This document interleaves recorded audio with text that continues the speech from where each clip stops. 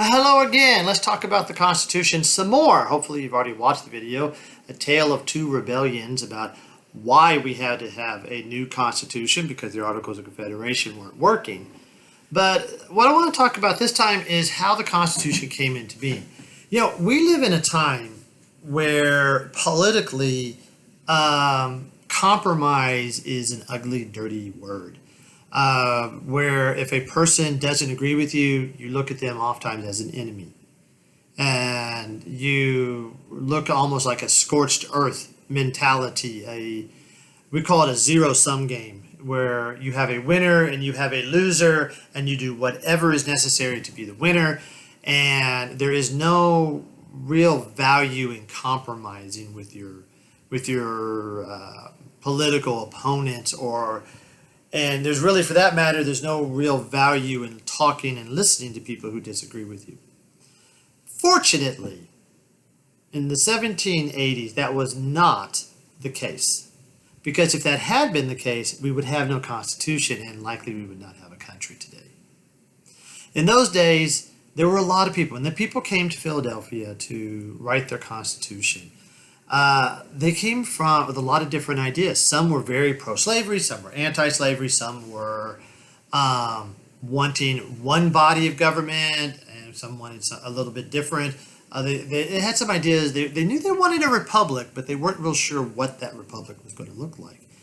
And so very quickly, factions begin to form, and people begin to maybe wonder if this is going to work, if we're going to be able to actually come up with something new, or if we're going to have to continue going on with what we already had that wasn't working very well. All right, so one of the first real challenges they came up with was the idea of legislature.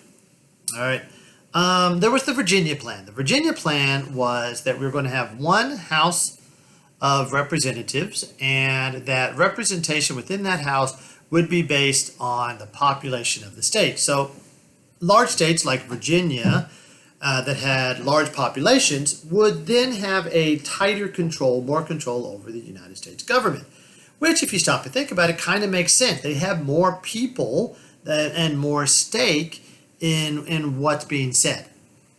The problem was little states were kind of feeling like they were getting shafted by this, and so they proposed what was called the New Jersey Plan.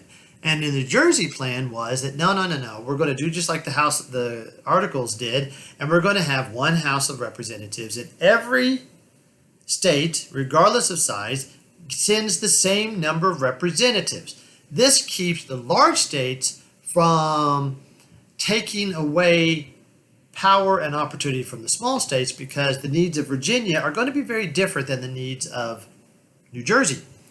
And so this was the first big compromise that they really weren't so sure about how this was going to work. And they argued about it, and then a guy by the name of Roger Miller from Connecticut proposed what's called the Connecticut Plan. And the Connecticut Plan was that, you know what? Why can't we have both? Why can't we have a House of Representatives where representation is based on population? And there's going to be certain things that the House of Representatives is allowed to do. For example, the House of Representatives will be allowed to declare war. This kind of makes sense, since if there is a war, more people are going to be coming from large states than from small states. So large states should maybe have a little bit more say in whether or not we go to war. Taxes. Taxes are going to have to be levied by the House of Representatives. Again, large states are going to be paying more in taxes because they have more people, so maybe it's okay if they have this representation based on population.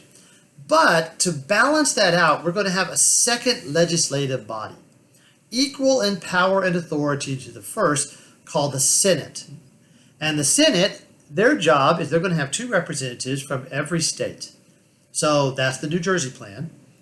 And their job is they have to approve every law that the House of Representatives makes. They have the power and authority to end wars. They have by making treaties. They have certain authority to, for example, if a public official is breaking the law, taking bribes or something like this, the House of Representatives can vote to impeach that person. That means put them on trial for high crimes and misdemeanors, but it is the United States Senate that decides if that person is guilty and what the punishment will be if they are found guilty. So you've got a couple, and the idea is that they're both going to be involved in the law, and they're both going to be co-equal. Okay, we can deal with that. So that becomes known as the Great Compromise, because without that compromise, then the Constitutional Convention would have fallen apart. All right, but this led to a new problem, a new question, and that was the question of how do we count people. Virginia had a high slave population, and while slaves were not allowed to vote, they were not allowed to own property, they were not allowed to do a lot of the things that other Virginians could do. People from Virginia wanted them to count towards population. This would, in effect, make their large state even larger and increase their influence in this new House of Representatives. Again, the free states, and we were already starting to see a divide between the North and the South over slavery. Massachusetts, for example, had already made slavery illegal. They did that in 1776 based on the Declaration of Independence. They said, you know what, if all men are created equal and have life, liberty, and the pursuit of happiness, then that should include people with dark skin. And so they got rid of slavery, they outlawed slavery in Massachusetts by basically saying that every slave born after a certain date is going to be freed on their 18th birthday, and there'd be no new slaves after a certain date as well. And so this way it was a little bit more gradual. So by the time the Constitution comes around, there's still some slaves, but not very many. And they're like, well, wait a minute, they don't get to vote, so why should you count them for population? And so again, this threatens to tear the convention apart. And so again, someone steps in and says, you know what, let's find a compromise. And this is going to be an ugly compromise called the 3/5 compromise. I say it's ugly because they're going to come in and say that slaves, although they never use the word slave, they say servants. Servants will count as 3/5 of a person for purposes of counting population for deciding how many seats you have in the House of Representatives. All right. American Indians still don't count at all. But the idea that a person is not a whole person, that they're only 3/5 of a person, is pretty, kind of leaves a bad taste in your mouth to do it. And but a lot of that has to do with it was necessary to preserve the Union. And I know that sounds kind of trite to say that, and maybe even sound like maybe I'm saying, it's not a big deal, but it was a big deal. And that is going to be the first evidence that the issue of slavery has the potential to rip our country apart. So even in the constitutional, even in 1780s, the question of slavery is going to cause problems that are ultimately 7 years later going to rip the country apart in the American Civil War. But until then, they said, we're going to do this. And while we're at it, we're going to put some protections for slavery within the Constitution. All right. And again, this was also part of a compromise. Alexander Hamilton, for the good of the nation, wanted the national government to assume all debts that were run up by the states during the Revolutionary War. He says, okay, you know what, you ran up a however many $1 million debt during the Revolutionary War. We're just going to transfer that debt over to the United States of America, and the national government is going to pay for it. Well, the problem is the South, because they've been selling tobacco all this time, and lots of people in Europe smoked, were like, wait, we've already paid our debts. Why would we take on more in this central government? Why would we encourage the government to do that? And so, once again, another compromise comes in, and this has to do with Washington, D.C. Washington, D.C., they decided very quickly they did not want the national capital to be in any single state. Because if it was in a state, then it would kind of have divided loyalties between that state and the national government. And they wanted it to be exclusively about national government. So they created this idea of the District of Columbia, D.C. And the District of Columbia was going to be located, they were going to move the national government into the South. And they did that for the prestige of the South. And in turn, the Southern delegates agreed that they would allow the national government to take on all that additional debt from like Connecticut and New Jersey and New York and these other places that hadn't paid all their debts yet. And so it was, again, another compromise. Then there was going to be another compromise regarding who was going to run the country. They needed somebody to be in charge. Alexander Hamilton wanted it to be a king, and he even thought George Washington would be the guy to do it. But since George Washington was a statesman, he thought, you know what, we just fought a war against George III. We really don't need a George I here in the Americas, so he politely declined. And so they came up with the office of the president. Now, the office of the president's job is to do what Congress tells him or her to do. Congress passes laws, and the president's supposed to come along and put those laws into action. Nevertheless, that office of the president is going to have a lot of power. They have the power to interpret some of those laws in maybe ways that the legislature didn't want them to. And so this causes a problem of how powerful of a president do we want? And so they come up again with some compromises, like number one, he's only going to serve for 4 years, then he has to stand for re-election. And then we have to also look at it from the point of view of even once that person is in office, that person can be removed from office through the process of impeachment. So that gives that power back to the House of Representatives and to the Senate. So again, we see compromise after compromise after compromise in order to get this government up and running and functional. Other things that they have to decide is how are we going to elect this president? Some people, like Thomas Jefferson, thought, well, you know what, we should just elect him by popular vote. Other people, like John Adams and Alexander Hamilton, said, whoa, this is a bad idea, because what if we get somebody in who's just a really beautiful, wonderful speaker, and maybe they're good looking and people vote for them, and they turn out to be a despot because I've got more votes than you do, therefore I can do whatever I want to the people who did not vote for them.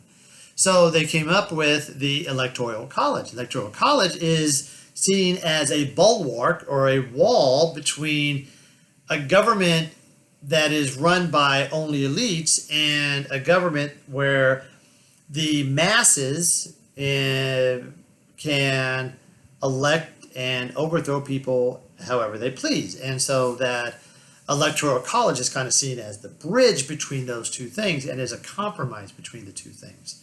I know that right now the Electoral College is not a very popular body because people have learned how to win elections by using electoral votes instead of popular votes. But you know what?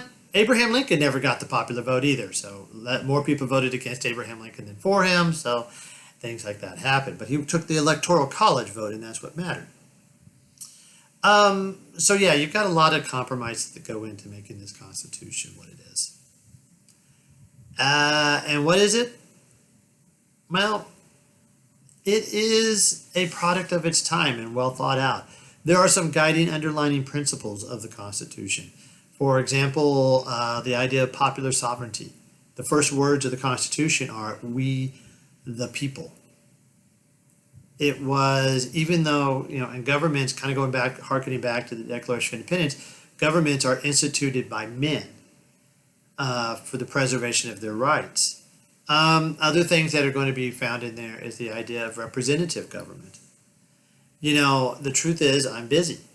I can't go to Washington, D.C. I'm too far away and to go and vote on laws. So instead, I elect a person who's supposed to go and represent my interests. And if I don't like that person or I don't think they're doing a good job, then I elect somebody, I vote against that person and I try to elect somebody different next time, in the hopes that that person will better represent my interest and what I want, what I would do if I was there. Another idea is checks and balances. We want a government. They created a government that had a lot of power. Had the power to tax, to raise armies and navies and all these things like this, but they wanted to make sure that no one could become too powerful. And so they created a way of balancing power, one of which was something called federalism. Federalism, this is not a government course, but it's still important. Federalism is this idea that power is shared between national government and state governments and municipal governments. And that there are certain things that at each of those different governments that they're allowed to do and not allowed to do. So, for example, the national government has the authority to make money and to regulate interstate commerce, but the national government can't come in and issue building permits, or they have to stay out of education. They can't decide who does or does not get a college degree or even a high school diploma for that matter. That's done by state governments and by local governments. National government's not going to come in and say this is where you need to build this bridge. That's a local government thing. Today, state governments issue driver's license. There's no national ID card, no national health care card or anything like this. And so we still see that federalism today. Building codes are usually local. They're county or they're city laws. Water rates. A lot of different things are done by local government, state government, and national governments, and that's called federalism. And it's a sharing of that power. It kind of keeps one group from becoming all powerful and everyone else is just tiny little orbiters. Instead, it's supposed to create a power sharing structure so that if the federal government becomes too powerful, the states can step in and keep that federal government in check, that national government in check. Another thing that's underpinning the Constitution is this idea of checks and balances. Checks and balances is everything that you do can be undone by somebody else. So, for example, if Congress passes a law, the president has to sign that law in order for it to become law. So he can choose to veto it. It just comes from a Latin word that says I refuse. And then it doesn't become a law. Well, that sounds like that maybe gives a little too much power to the president. So there's another check on that power, and that is that the Congress can re-vote, and if they vote by a high enough number, they can override that veto, and the law becomes a law anyway. All right, and so it's not done very often. It's hard to do, but it's hard to get a law passed anyway. But it's hard to override a veto, but it does provide an important check or stopgap on the power of the president. There's a separation of powers within our country. There is for example, the legislature is supposed to be independent from the executive, from the presidency. And both of those are also independent from the judiciary. The judiciary, meaning the court system, is supposed to be independent and not be beholden to or under the authority of the other branches. And so, in other words, nobody works for anybody else, and instead they're all supposed to work for popular sovereignty, we the people. And all of those were built in through a series of compromises. So, like I said, the president is a very strong, powerful position, but the compromise, so that we don't let that person become too powerful, is impeachment and trial by the Senate, and that person could potentially be thrown out of office. Or we elect that person every 4 years. Only we don't actually elect them. We select electors, and electors go and elect them. And so it's complicated, and if this was a government class, we would go into a lot more detail, but we're not interested in that right now. Suffice it to say right now that the United States Constitution has some things that are embedded in it that are really important. And those things are in there largely because they are the product of a series of compromises. Compromises that sometimes didn't work out quite the way that they were envisioned. The three-fifths compromise. You have to wonder, why would a person like John Adams and some of the others that were opposed to slavery, why they would agree to the Three-Fifths Compromise. And part of that is the easy answer to that is they wanted to preserve their country. Benjamin Franklin, who was also opposed to slavery, asked, what have we made here? He said, a republic, if we can keep it. But there was also a curious thing that I think a lot of historians overlook, and that is that slavery was dying out in our country. And there were already places in the North that were getting rid of it, and I think that for so many of these delegates, they looked at the Three-Fifths Compromise and said, it's only going to be here for a few years. And then it's going to go away because there won't be any slaves left to count.